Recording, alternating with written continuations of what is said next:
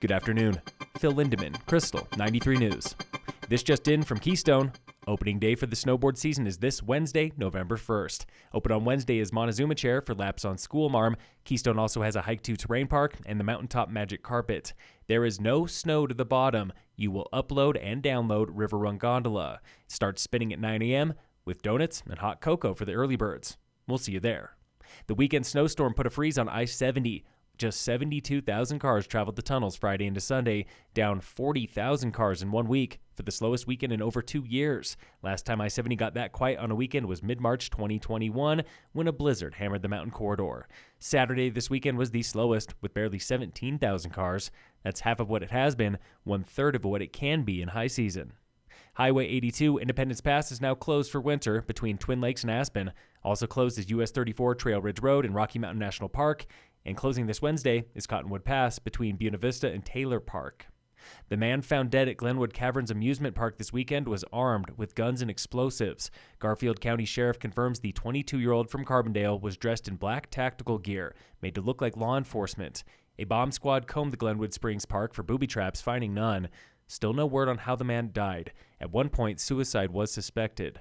The park has been closed since Saturday. Candidates and committees, including the Democratic Party, are pumping more than $37,000 into the Summit School Board election.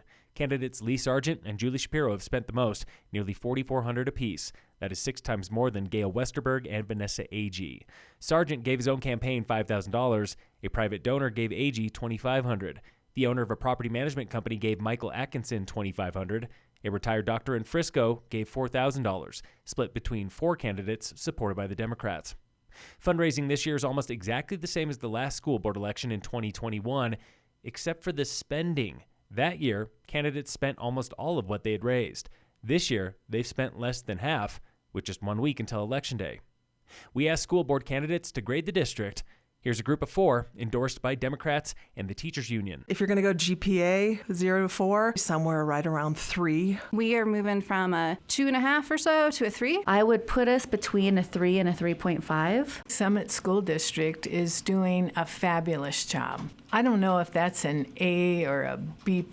And a group of 4 running independently, but appearing together at campaign events. Same as the Colorado Department of Education, 55.9, which is failing. We are failing, unfortunately. They are failing the students in terms of academics. Then we asked why. Vanessa Agee giving the district a 3.0. That's really tough because our students get graded on different subjects. And I think the school district is doing well on some subjects and certainly has room for improvement and growth on other subjects. Jenniffer Gonzalez giving a failing grade. The CMS standards on English, language arts, and we're at 41%.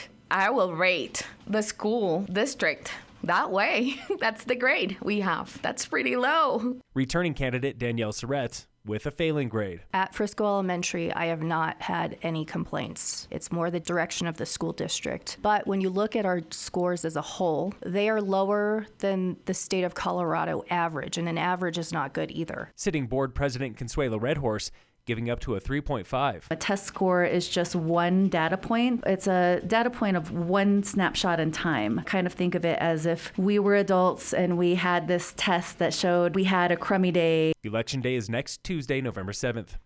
Local fire danger remains low today, still with no fire restrictions. In sports, the Nuggets play the Jazz tonight at 7. And in local sports, Summit High Volleyball is back in the regional postseason tournament for a second straight year. They play this Friday or Saturday. Summit Girls Rugby suffered its first loss of the season over the weekend at Western Regionals in Idaho. The girls took 3rd overall. Coming up this weekend, it's the state rugby tournament. Phil Lindemann, Krystal, 93 News.